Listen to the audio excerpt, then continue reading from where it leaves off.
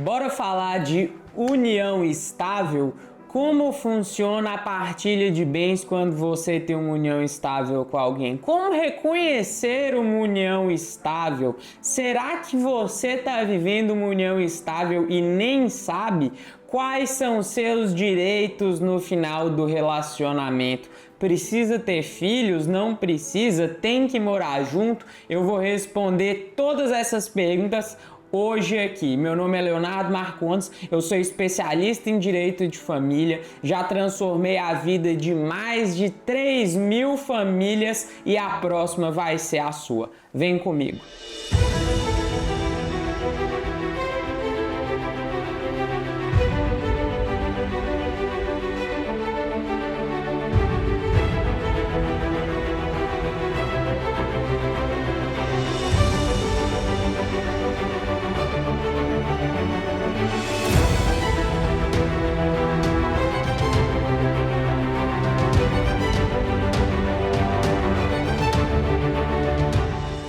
O que é a união estável e como você pode provar que vive uma união estável? A união estável é quando duas pessoas não necessariamente precisa ser um casal heteronormativo. Elas vivem em uma situação como se fossem casadas, sem que aquela união esteja formalmente registrada como um casamento ou em uma escritura pública de união estável. Você pode ter uma união de fato, desde que tenham 3 requisitos: que aquele casal tenha uma união pública, ou seja, não pode ser um relacionamento escondido, tem que ser um relacionamento que todo mundo sabe, pode ter fotos nas redes sociais, conhecer a família um do outro, os amigos saberem daquele relacionamento e não ter nenhum empecilho ou eles não guardarem essa informação de ninguém. Em segundo lugar, um relacionamento duradouro. Não pode ser aquele namoro rápido, não pode ser duas pessoas que acabaram de se conhecer. E aqui tem um ponto importante: muita gente acredita que tem um tempo para que a união estável seja reconhecida. Não tem, mas é claro que pessoas que estão juntas há 1, 2 semanas, 2 meses, não vão conseguir o reconhecimento da união estável por ser um relacionamento recente. E também não pode ser aquele relacionamento de vai e volta, uma hora estão juntos, outra hora não estão, tem um relacionamento aberto que está sempre oscilando. Nesses casos não se consegue o reconhecimento da união estável. E por fim, com o intuito de constituir família, o terceiro requisito: a vontade daquelas pessoas de constituírem um lar juntas. Às vezes elas dividem contas, muitas vezes compartilham objetivos financeiros em comum, às vezes têm filhos, se apresentam como marido e mulher ou em outra identificação em que elas se enxergam ali construindo um projeto familiar comum. Com a presença desses 3 requisitos, você tem uma união estável. Ah, tá faltando um dos requisitos. Tem uma união estável? Não, não tem. Você tem que analisar se tem os 3 para ter o reconhecimento da união estável. E aí essa união ela vai poder ser formalizada ou ela vai ser uma união de fato, quando ela não está formalizada. Quando ela é formalizada, as pessoas vão até um cartório de notas e nesse cartório de notas eles fazem uma escritura pública onde eles colocam ali as regras daquela união estável. Ela pode ter um regime legal comum, que é o da comunhão parcial de bens, ela pode ter o da separação total, e ela pode ter o da comunhão universal, se não optar por algum regime diverso, porque a união ela é um contrato. Então você pode colocar regras específicas, inclusive uma indenização em caso de traição, mas eu vou falar disso um pouquinho mais para frente. Ou você pode ter a união de fato, que é quando aquela união não foi formalizada. A união de fato, ela vai ter a presença de todos os requisitos para a Constituição, igual eu tinha falado anteriormente, aqueles 3 pilares, lembra? De ser uma convivência pública, duradoura e com o intuito de constituir família, só que ela não vai estar registrada em cartório, ou mesmo não vai estar registrada em um documento particular, porque ela pode estar registrada em um documento particular também. Só que esse documento só vai ter validade entre as partes. Se um terceiro eventualmente adquire um bem, a depender de qual é o regime de bens daquela união, uma dessas pessoas não poderá reclamar se não foi levado a registro, justamente por falta do registro que dá publicidade, ou seja, que torna possível que qualquer pessoa consiga ter conhecimento de que 2 pessoas vivem em uma união.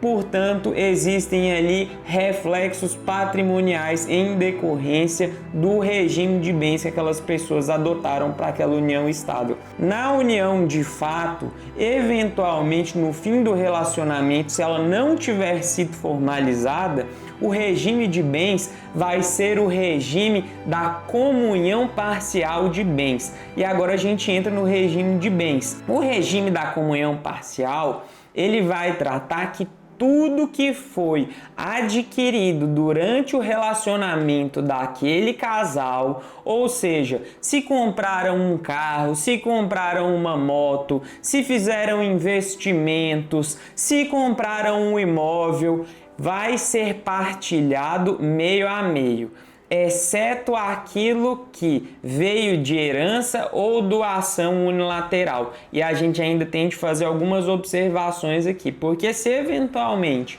alguém recebe uma herança, vende aquela herança, complementa um valor para poder comprar um carro melhor, para poder comprar um imóvel melhor e não escreve uma cláusula de subrogação no momento da aquisição, não deixa isso formalizado, colocando ali o valor que veio do bem anterior, advindo de herança ou de doação, que foi usado para a aquisição desse novo bem, esse bem que foi adquirido com esses valores misturados do que o casal conquistou junto com o bem que veio de herança ou doação, pode ser partilhado, porque não tem como você identificar a origem desse dinheiro. Dinheiro é dinheiro, então se não for destinado, se não for colocado ali as origens daquele recurso, ela pode ser partilhada. O regime da comunhão parcial, então, vai dividir tudo que o casal conquistou durante o relacionamento. Se for uma união de fato,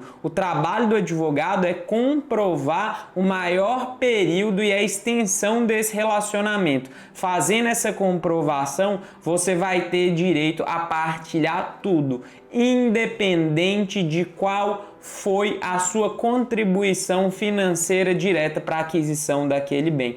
Por quê? Porque a nossa lei assertivamente, ela entende que quando 2 pessoas se unem em um projeto familiar, mesmo que uma delas esteja cuidando da casa, cuidando da família, dando as condições para que a outra possa trabalhar e se empenhar e acompanhando aquela pessoa em jantares para poder fazer conexões que vão possibilitar ela crescer na carreira ou crescer sua empresa ou então crescer na atividade que decidiu desempenhar, ou mesmo dedicar tempo cuidando da casa para que a outra possa ficar tranquila e prover os recursos para aquela família, a lei brasileira coloca esses esforços como equivalentes, um entendimento muito assertivo do legislador, onde reconhece que no momento da divisão desses bens conquistados no momento do relacionamento, durante o período do relacionamento, eles deverão ser divididos meio a meio.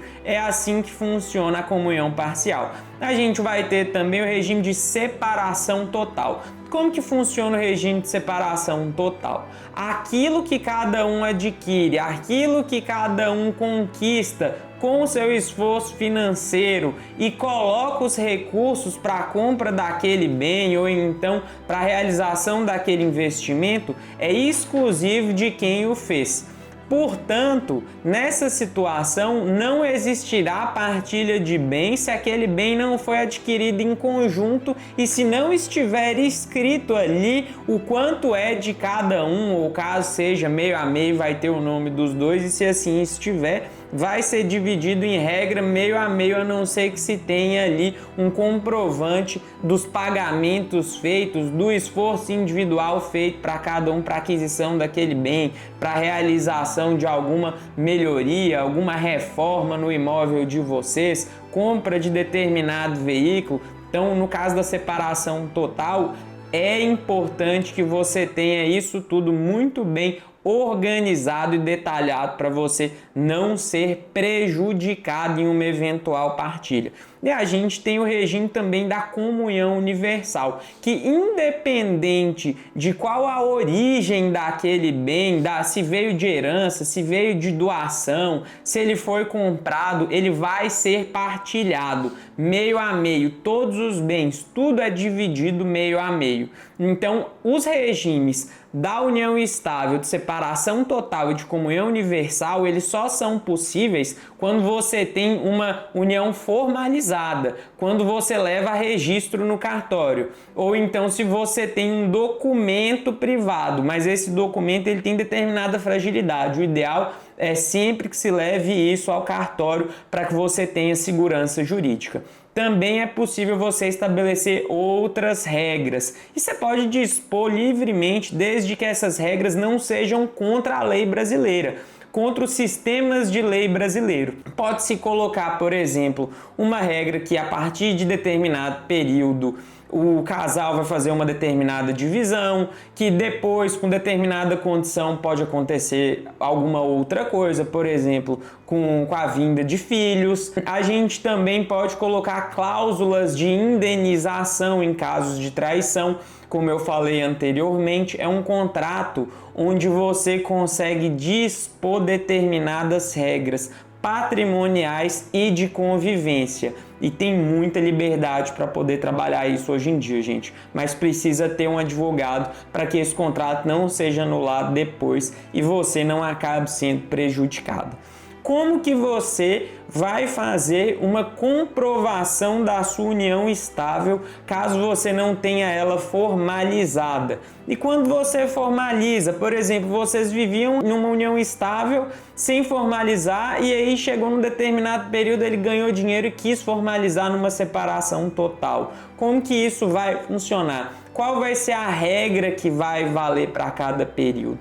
Bem, para você poder comprovar a sua união estável, você vai pegar provas que mostrem que esses 3 pilares estavam presentes no seu relacionamento. Fotos, conversas, vídeos de viagens, e-mails que vocês trocaram, às vezes postagens em redes sociais, testemunhos de amigos, contas conjuntas. Muitas vezes vocês tiveram filhos, você pode juntar a certidão de nascimento e outras informações, outras provas igual essas que eu falei, para provar o tempo da união de vocês. Quanto maior o tempo, maiores serão os direitos.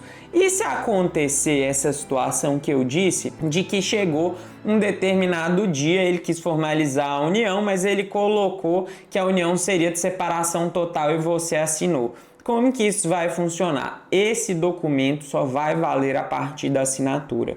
Ou seja, se você tinha uma união não formalizada antes e aí você viveu nessa união a maior parte do período e chegou uma hora que ele viu que o relacionamento não estava indo bem, que vocês estavam pensando em terminar, ou ele estava já com essa ideia na cabeça, ele te fez assinar um documento de união estável com separação total, aquele documento só vale a partir daquele dia. Anteriormente, você vai ter uma união estável em comunhão parcial, por ser uma união de fato não formalizada. Se não formalizada, ela vai aplicar o regime da comunhão parcial. Perfeito. E no caso em que você tem filhos, e se você se dedicou àquele relacionamento, quais serão os seus direitos? Se você tem filhos, seus filhos têm os direitos deles preservados normalmente. Os direitos à pensão, os direitos à convivência paterna, o direito à regulamentação de guarda.